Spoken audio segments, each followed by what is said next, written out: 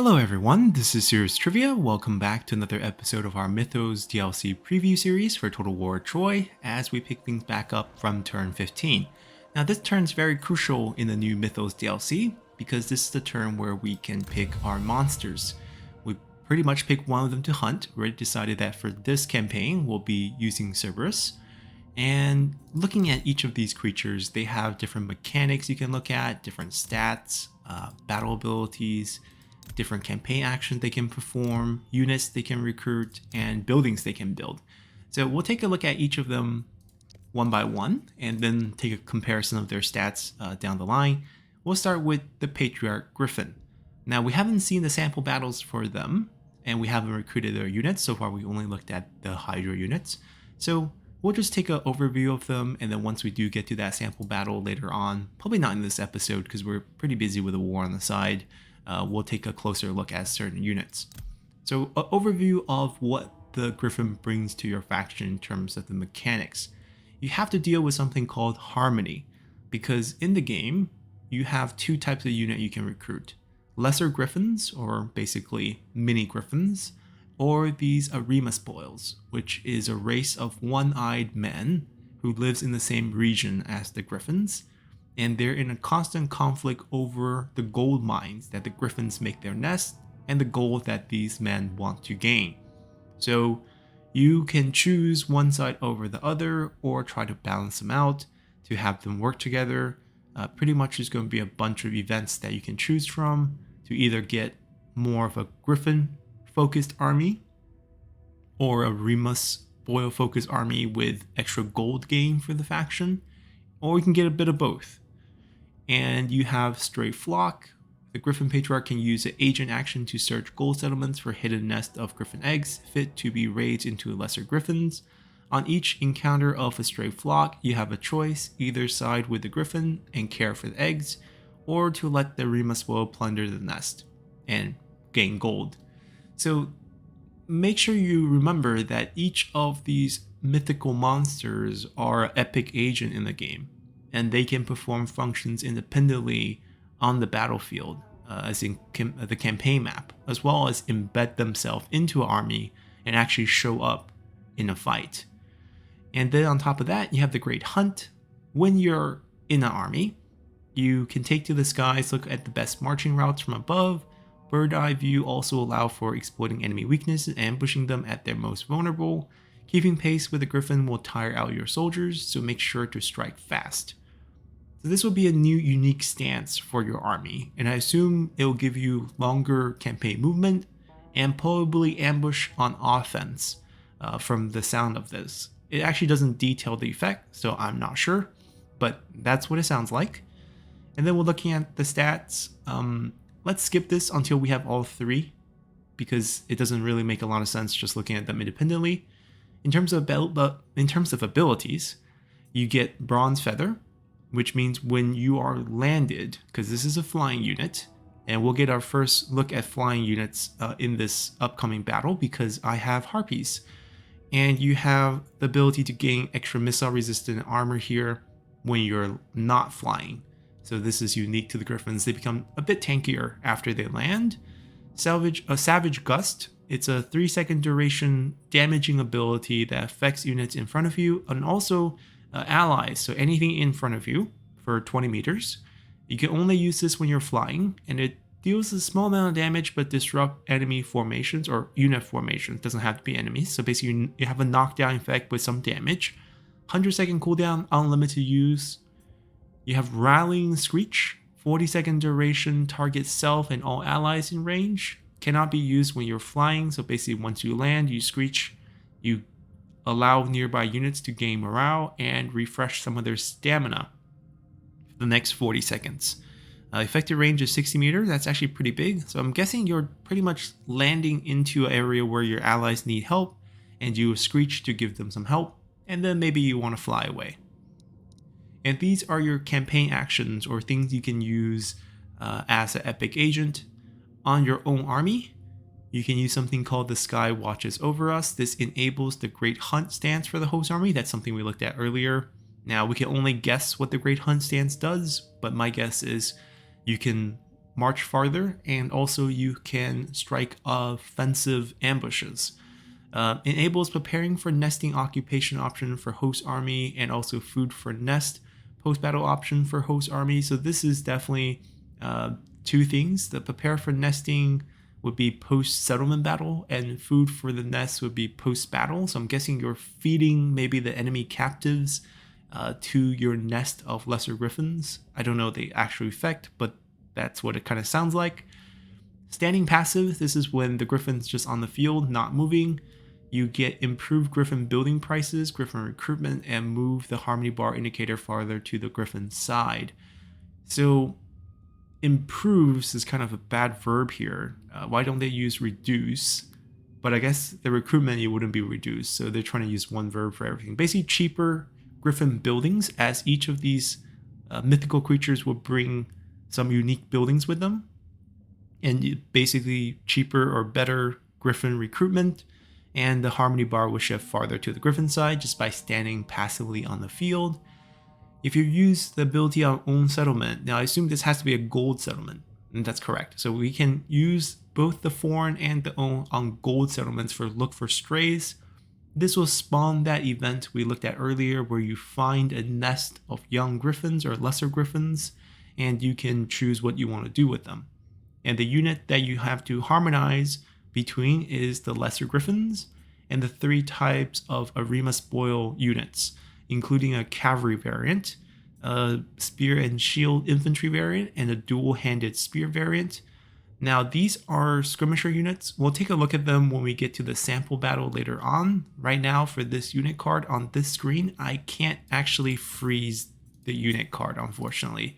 So I can't look at that icon on the bottom there. In terms of their buildings, you can build the Rima Spoil Camp. This will increase your gold production in the province, increase the harmony towards these Arima Spoil, and increase the recruitment cap for them. Conversely, the Griffin Airy will increase the harmony towards the Griffin, give you 1 unit capacity for Lesser Griffin, and unlocks the Lesser Griffin. Now both of these buildings are quite costly, as you can see. So definitely probably a very high level buildings, my guess, in terms of like the tier of the settlement that you need to have to build these. But I assume you can only build these in gold settlements as well, given their, story arc, given the nest is only in gold and you can farm extra gold production. So that's kind of the feel for these. They also cost a lot of gold to build, so I don't know how I feel about that, but that's pretty much the gist. Now we'll come back to the unit stat later. Let's skip Cerberus for now, since we'll actually spend the most time on it, since this will be our feature run. The Hydra. We already looked at some of their units in the sample battle, but when you have the Hydra, the faction mechanic you gain is something called Vitality. And this talks about how strong your Hydra is. You can nurture it by feeding it humans. And once it becomes strong, it will boost your stat in battle, and also you can chop up a piece of it and feed it to your army to kind of cult it on their weapons. You can either use the piece to empower your cultists or to cult the weapons of your other warriors, the non-cultist ones, so that they gain poison as well. There's some obvious synergies here. If you think of a faction like Ajax's faction with strong, sturdy front line that's very hard to kill, and range unit that has no friendly fire option as its unique units, you pretty much can abuse this poison weapon, because then you have very sturdy infantry that can apply the poison constantly, and you also have range unit that will never friendly fire, so you can feel free to fire into kind of your front line to help beat out the enemy with more poison stacks. And then for the Hydra cult, we've already seen the power of the priest, but as the cult on the map, they were basically focused on bringing in new members, focusing on the downtrodden and the destitute. Pretty much you can build their buildings in settlements and also perform rituals to kind of expand your influence. The mother wants you. Gruesome as it may be, the quickest way to increase the Hydra's vitality and boost its strength in battle is to feed the lives of warrior to it voluntarily. An army in the Hydra feast stance will take heavy attrition on all its units, but the Hydra will become monstrally powerful in turn. So we talked about feeding your Hydra. It's not enemies. You can feed allies to it with a unique stance. And I think pretty much the synergy here would be, factions like Aeneas, where you have access to very cheap expendable units that you can, feed essentially here. Or any faction, you can recruit the cheapest unit you have and just feed it in numbers. I'm sure they're not picky about, how powerful your unit is, because eating extra bronze from the armor shouldn't really affect how strong your Hydra gets. We'll skip the stats and talk about abilities. Now disregard the graphic error here because we are still in alpha. But the ability here are Poison Bomb, which is a range ability at 280 meters that has a 15-meter explosion impact and basically deal poison damage. Very good against armor unit apparently. And you have a shorter range Poison Breath, which is a 70-meter, 5-meter explosion damage that's also, poison damage, good against armor unit. And then you have Verdant Blood, which means for the next 30 seconds, if anyone's attacking our Hydra or ourself, you will basically apply poison to them because your blood is poisonous. So basically anyone who attack you will get damaged, return to them with your poison blood. Campaign actions you can only apply to your own army, kind of embedding into it, and you get a new stamp, the Mother Wants You, which is feeding. And you have Drip in Hydra Blood, which is a pre-battle option where you sacrifice a bit of your vitality to apply poison to your other unit's weapons. Own Settlement, the River Will Come. Decrease both the cost and construction type for any Hydra-related buildings. And we'll take a look at that later. We already got a good look at some of their units. We have a Hydra Priest. We fought the Archers and the Drinkers of Vermin. Drinkers of Venom, and basically these are expendable light units that you throw out there with poison attack. And then with the Hydra Defenders, this is basically a shield spearman that has the ability where all their weapons are poisoned and they all have the passive heal, just like the Hydra Priest. Except these three don't have any other additional abilities like the Hydra Priest with the spell that we have been using. In terms of building options, there's quite a few, and we have the Giving Hand, and this increases the vitality of Hydra after ending the turn in this province and allow you to recruit 4 of these expendable Drinkers of Vermin. I think these are rituals actually, I don't think this is actually a building. And then here, the Enduring Flesh, you get +2 recruitment to Hydra Defenders, -10% morale to all enemy units in this province, and also increase a garrison. I think this one is actually a building. And then the Flow, increasing archers. Actually, I'm not sure now. Maybe all these are buildings. And then the Overflowing Cup for 2 Hydra Priests. And then 5% extra vitality gain from Many Becomes One post-battle. So I'm guessing you're feeding on enemy units as well. So as you can see, a little bit different than the Griffin path in that each of your building grants one type of unit, and you kind of have to pick and choose. So whereas it's more event based for getting Griffins with the 2 units, 2 different types of unit, the Remus Boils or the Griffins, whereas each one's a little bit different here, and you have some side effects. Also quite expensive buildings, but I'm guessing you can build these anywhere. Maybe perhaps only in the key settlement, the capital. And we'll come back to the stats as we turn to our Cerberus. Here, the faction mechanic is souls. This is part of our deal with Hades to gain control of his 3-headed puppy, as we need to usher more mortals into his realm. And this is our currency. Depends on how many people we kill, we get more and more souls. And we can use souls to spend on summoning shades, either for war or by putting them to work in provinces. We'll be looking at shades very soon because we have a battle with them queued up. And they are basically denizens of the underworld. They have not lost their ability to wage war. We can summon them either with Cerberus or with a building called the Offering Pits of Hades, which is where we can summon them into the mortal realm. They have no food or upkeep requirement, very, very nice, but they don't replenish on their own rank. So whatever damage they take, they're not gonna heal back in mortal realm. You're gonna have to recruit more from Hell, basically, the god of the realm of the dead, to bring it out to help you fight, but you only pay for recruitment, never for upkeep. Shade laborers. Like Hades himself in his own domain, you can put the dead to work. In each province with the offering pit of Hades, you can use a commandment to improve your economy at the cost of souls per turn. If you run out of souls, the commandment will automatically end. So basically here, you are paying your resource to gain economic benefits in places with your unique building. Now let's take a look at all the stats, because I feel like we can compare the three. Armor, 20 on the Patriarch Griffin, 70 on the Cerberus, 0 on the Hydra. This is going to be a theme. Cerberus is going to be the tankiest option, whereas Griffin's kind of in between, and the Hydra is a ranged, fragile unit. Morale is the same for each at 100. Speed, Griffin can fly very fast, Cerberus can run very fast. Immobile range unit, can't really kite with this giant snake, so you're looking at 40 points of speed, very slow. And you do want to get hit sometime because of that poison blood ability. In terms of melee attack or hit chance, very high on the Griffin, very offensive focus with a little bit of defense. Cerberus is more balanced, it's kind of your tanky option. And your Hydra, melee attack, 42. Lowest, but each hit that you do get will apply poison. Then in terms of your melee defense, the Griffin's kind of in the middle of the pack at 30. 50, once again, Cerberus, your tankiest option. 28 for the Hydra, the most fragile option. Damage breakdown here. These figures are per 10 seconds.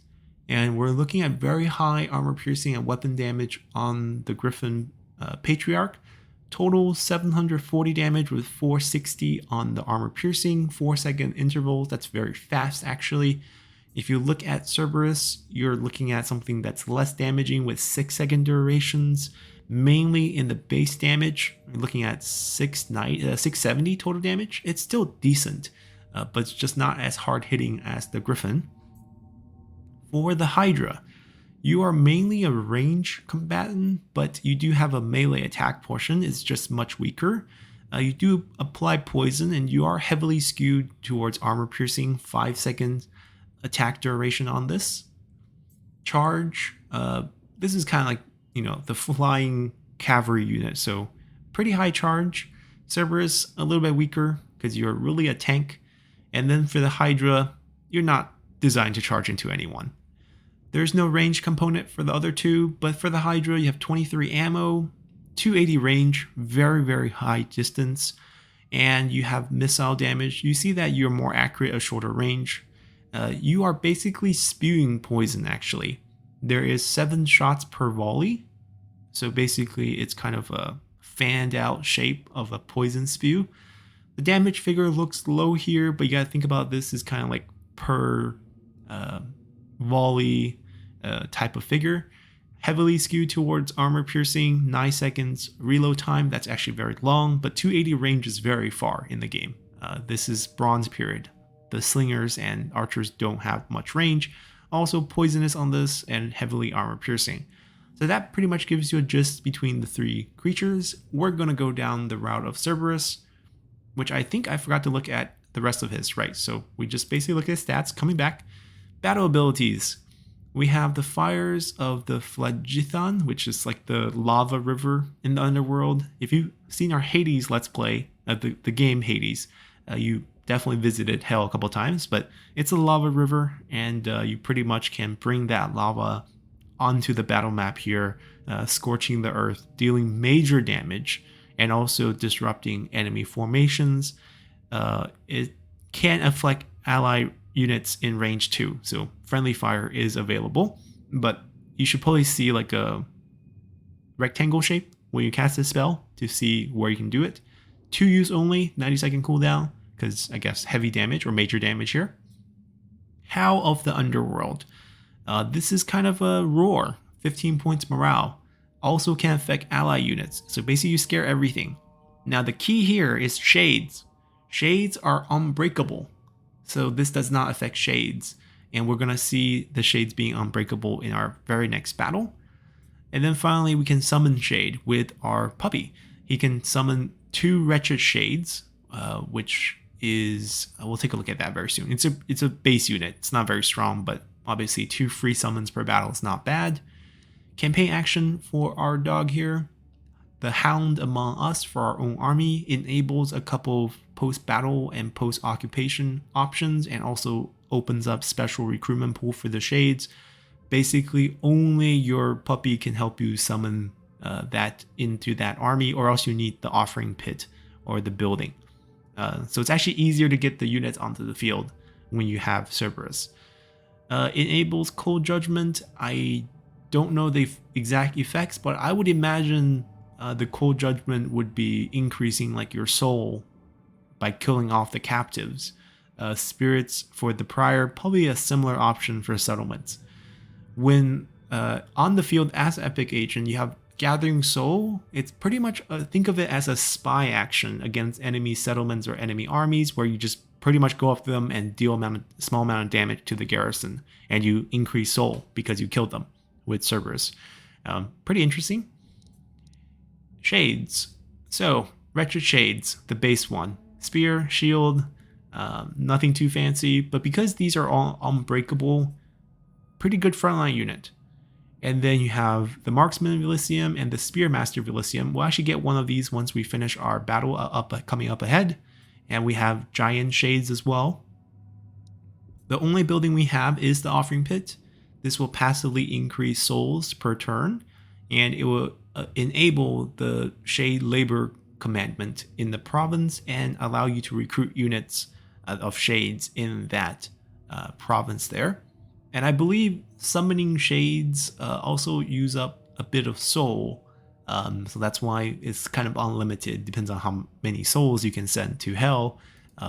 They'll basically give you correlated amount of souls, Shades. We're going to begin our hunt. So this is kind of a story, pick your adventure type of RPG mission until the very end. You get 5 events where you basically get a story of how your hunting party is doing, and you can strengthen it with different choices. And then after you go through the 5 events, you find the home or nest of your final creature. In this case, will be arriving at the gates of hell, where Cerberus is guarding. And then the army that we have been building up through this event, and the army that we send out here, the hunting party, will be available to do a battle with the creature. And you can summon or teleport one additional army to join you, because it will be an epic showdown against this creature to tame it. And you can basically summon your main army over to do the fight. And after the battle, you gain the epic agent, assuming you win.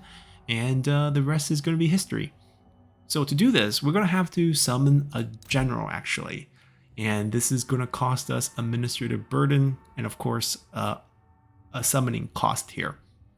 We can go with any one of them. There's really no difference. I guess we would care about kind of their passive here. Now, these 3 here are Homeric characters, so they actually never die. They're part of the storyline of, the epics of Troy. We are going to go with Defender, Fighter, Warlord. I actually quite like Warlords. So we'll go with Polydamas here. In terms of his motivation, likes temples, like Zeus. Ooh, don't like cult levels. That's going to happen a lot, unfortunately. And also do not like organized games. Very pious. Hates the Denons. Okay. Doesn't like to make peace with them. Doesn't like to be in enemy territory.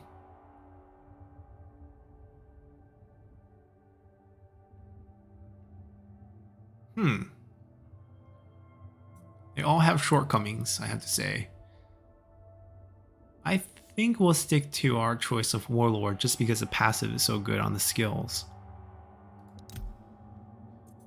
And then we have to recruit units for them. Now, because our faction have not focused on any good recruitment buildings, this is rather poor right here.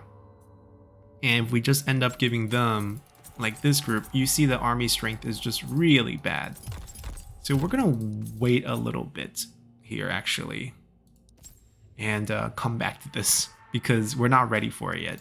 hopefully we'll capture some recruitment buildings, as you can see here, and we have some better options down the line. The reason why we're at war with this faction is because Aeneas dragged us into it. Remember, we are in a lot of alliances, so we can take advantage of our Aswan League bonuses, cheaper recruitment, and faster campaign movement range, and increased morale when defending. Alright, we're going to be jumping into our Shades battle, and we also have the new Harpies, recruited 2 from Lesbos. I already deleted the building afterwards. But pretty much these units are quite interesting in that they can chase down routing units, which is not going to happen in this battle. They're super fast, they're flying, so they can like bypass enemy front lines. I kind of, replacing them with the Trojan Warriors role, chase enemy range from behind. And we have missile resistance when we're flying. So they're perfect for chasing down enemy range. And then once they rout, you increase a bunch of your damage and also your speed. And because you're 80 speed in the air, you can just, chase down range like no others. So let's go and fight the Shades. So you see they have the Wretched Shades and the Marksman, no Spearmaster, led by a human general, quite weak. Let's go. Alrighty, we'll just start in dry. Now, because we'll be getting one of the Spearmasters after battle, look at them. Let's see.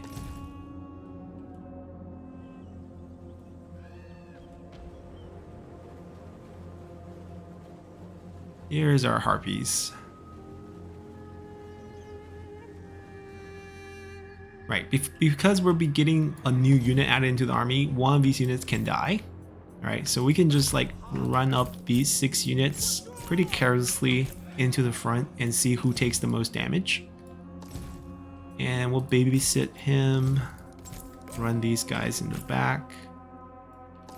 Giants can heal up to a certain degree, so we'll throw them in there. Hydra Priest can heal no problem. Have them harass a little bit from the back. They can't really do any chase down here because those guys are unbreakable. So let's go. Push it.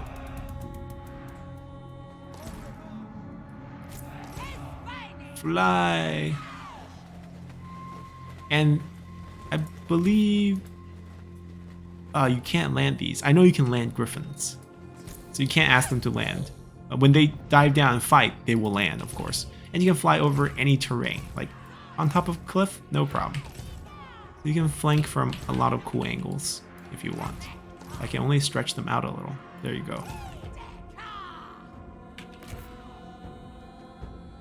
As for the Shades, their ability is that their arrows will... where's their arrows? There we go. Their arrows will demoralize and lower your melee attack. And they all have this ability where if you killed over 1,800 units, I can't select their unit card, there we go, then they'll gain bonus effects because they revel in death. Time to dive! Get them! Get them! I was hoping they would just like crash land into them, but that works too, I guess. Now we got a flank situation. Alright. You guys did your job. I'm gonna pull them up into the air again and just focus on the range unit.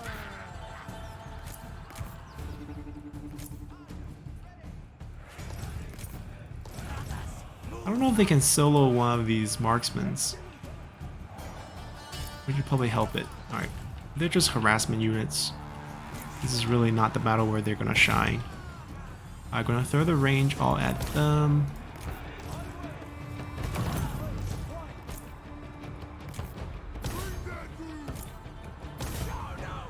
Victory is close enough to taste.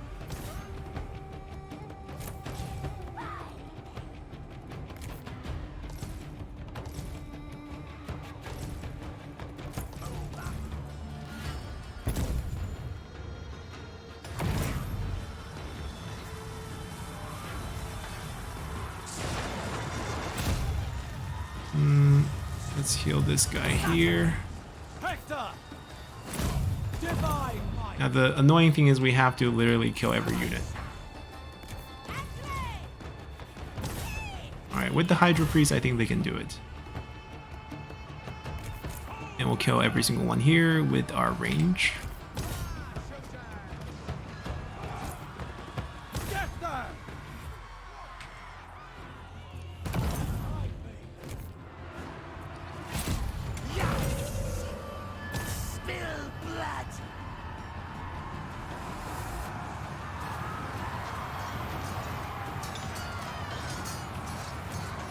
That's a lot of feathers.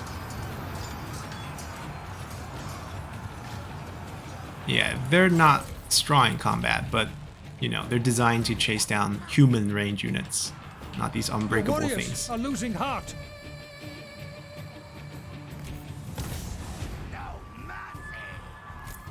Alright, they finally broke through.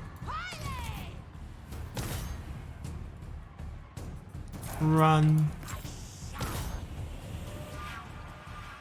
Gonna get this group to flank over here. You guys stay on that. There's like 3 guys left. Your warriors have been routed.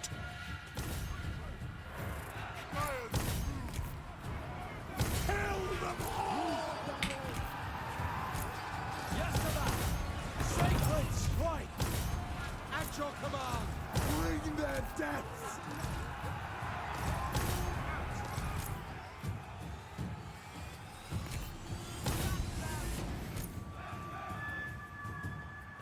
Onwards!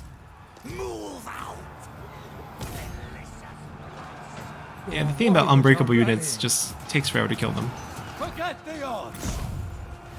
See me shine! We never break! I'm gonna move the giants back.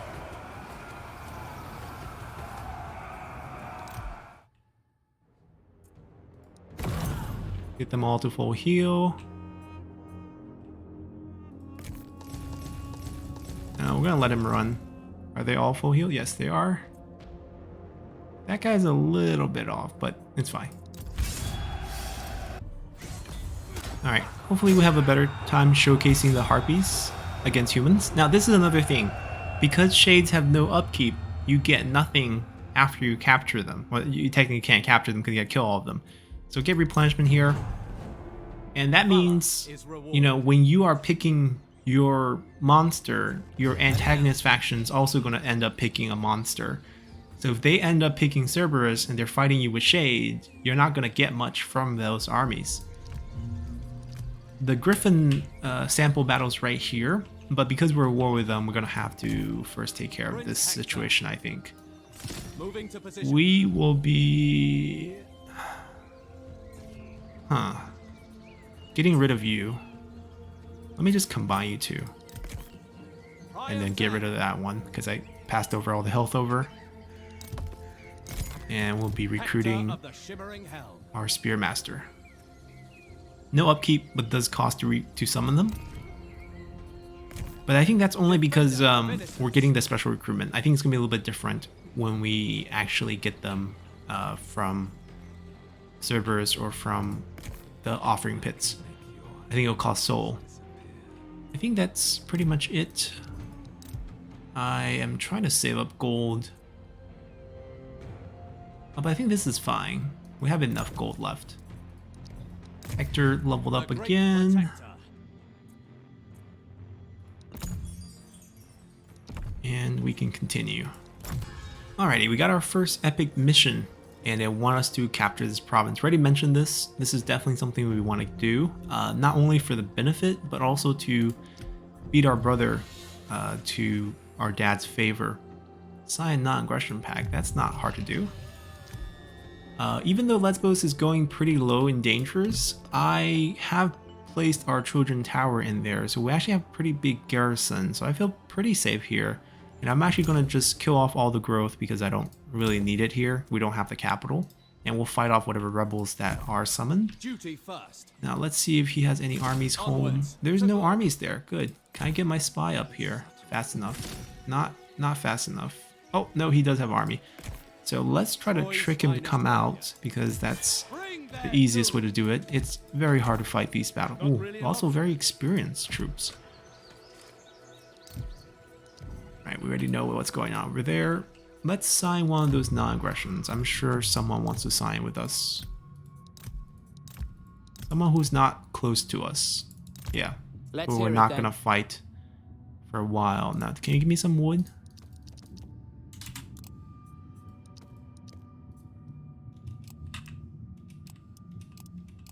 Okay, that's good enough. Really just doing it for the mission. And no idea who we signed it with, but it's fine. Let's continue here. They got ambushed. Perfect. That's exactly what we want. We even get the garrison to help us out. And let's jump in here. We don't have a night battle option. I don't think so. We could also auto... No, let's check out flying action. And also I want to see this shade unit. Let's go. Alrighty.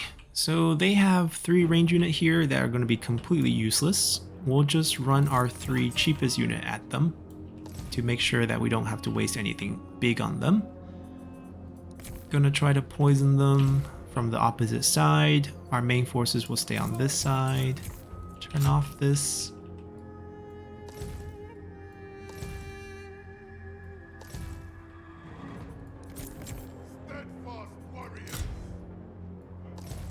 Alright, get a couple spears into them at the beginning.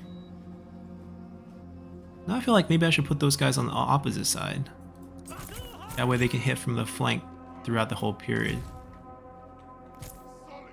And then we'll dive these boys into them. Those are precious because I can't replenish on them. So I'm gonna put the giants into the front line here.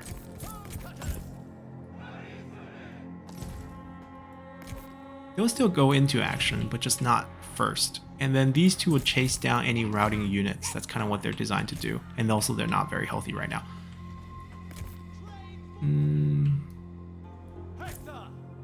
Call them 4. The foe has sighted your hidden Push them units. into it. Give them a speed up. Yeah, as they get chased the other way.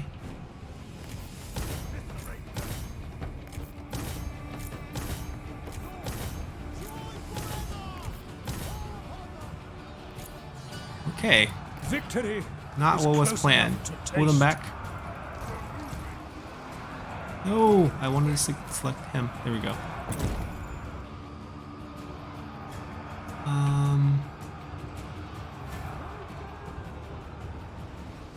Gonna gamble here. Run fast, run fast. Keep running, keep running. Your warriors have been routed. Alright, we can get the giant to fight them. Wait, who routed?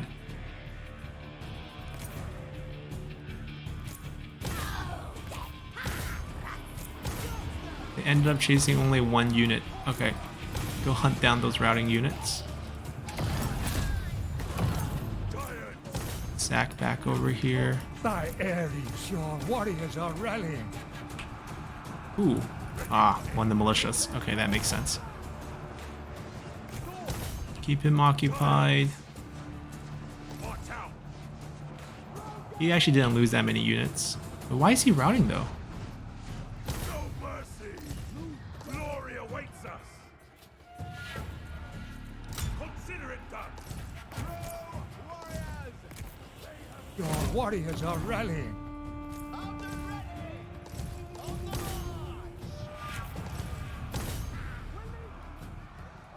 Yeah, they're fine. Let me throw 1 extra over here. Send one of them over here. Shade's doing well.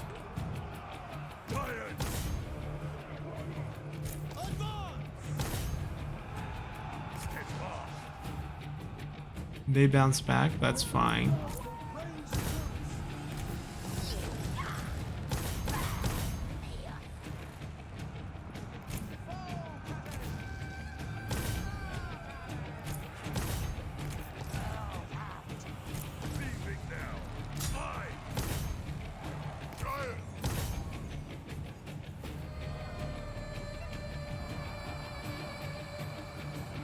Reinforcement a little too late.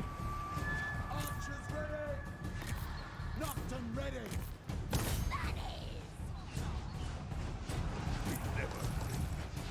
Your It's warriors just are the losing enemy heart. general, I think. Where's my giant group? Right here. I assume they're all done fighting. Yeah. Our two ranged giants. Eager for action. We go. Just pull them out of the fight. It's just the enemy. Which one? Oh, weird. Okay. Alrighty, so as we wrap up this battle, we're going to end our episode here because we got to showcase the Shade unit for the first time, and none of them died here, so that's pretty great. So next time we'll come back and we will jump to the Griffin sample battle. Hopefully we'll be wiped out with this faction, and we'll see you guys then. Bye!